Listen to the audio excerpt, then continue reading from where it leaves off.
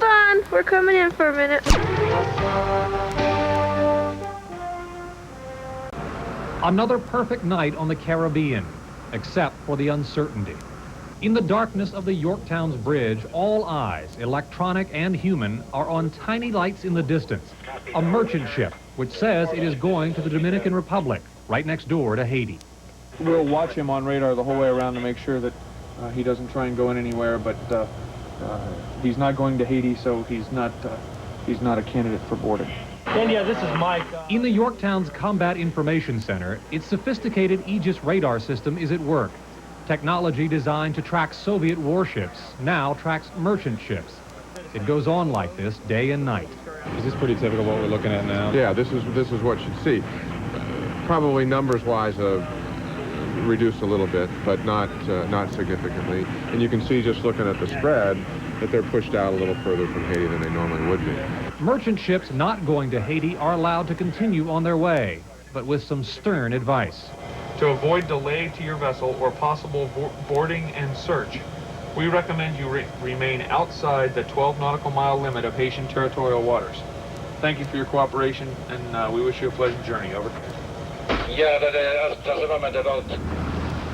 The Yorktown is one of 6 American warships enforcing the embargo.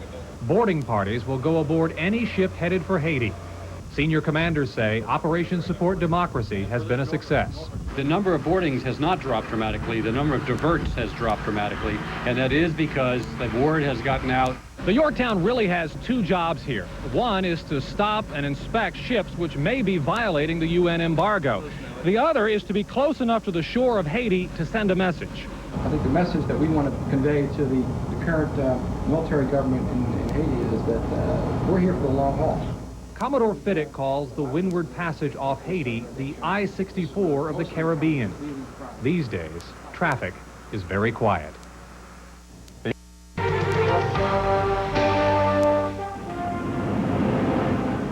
When the Yorktown left Norfolk 2 weeks ago, it had only been home 4 days. For 2 months, the ship had been on NATO exercises in the North Atlantic. Now it was leaving for Haiti. We couldn't believe it. I couldn't believe it. My wife, as I told her, she couldn't believe it. We just got back, and here we are.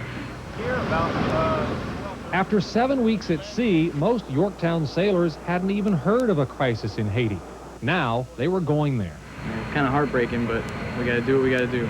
My wife, she wasn't very happy, but she came from a naval family, so she's used to this type of thing. And so after loud discussions about the ship and the Navy, we just went about our business.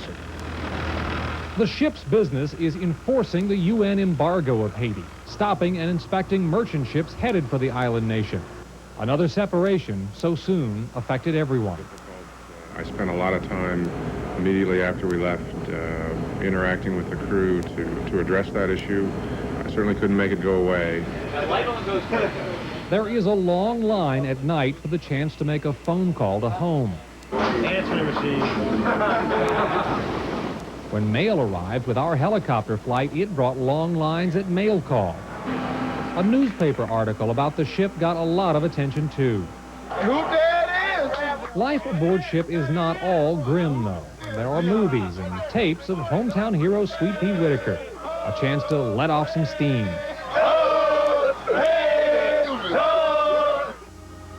But there are also the quiet moments. Some would look at the blue waters of the Caribbean and see paradise. But for sailors who have been away so much of this year, nothing could be as beautiful as the sight of home. I miss my wife, my kids, and hopefully we'll get this over with, and we'll be home as soon as possible. The USS Yorktown came home from duty off the coast of Haiti. The ship has only been gone 3 weeks, but it was home for 4 days before it left, and that made this homecoming that much more special. More here than it was down there because we're back with our families.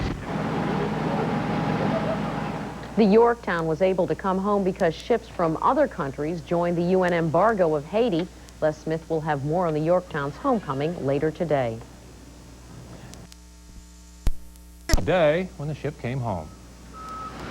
Pier 7 probably never looked so good as it did to the crew of the Yorktown.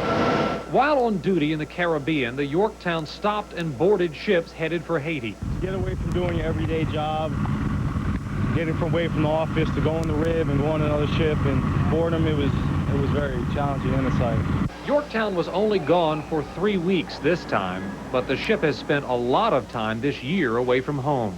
The Yorktown family should be getting used to this kind of thing. When the ship left Norfolk October 19th, it had only been home for 4 days. Now it's back sooner than expected. We didn't think they'd be back till December, and then all of a sudden they're coming home, so we feel like our life got fast-forwarded. For kids like little Daniel Head, Dad can't get off the ship fast enough. Gary Snyder will be home for Julie and Margaret's first birthdays and catch up on what he's missed. They took their first step the other night, so I missed that, but I got it on videotape for them. Videotape is great, but there is nothing like the touch of home. How about when you turned the corner and spotted the pier down there? Couldn't wait. Couldn't wait. It's good to be back. It feels great. It's a lot warmer here than it was down there because we're back with our families. The feeling is mutual. Just ask little Daniel. The Yorktown was able to come home because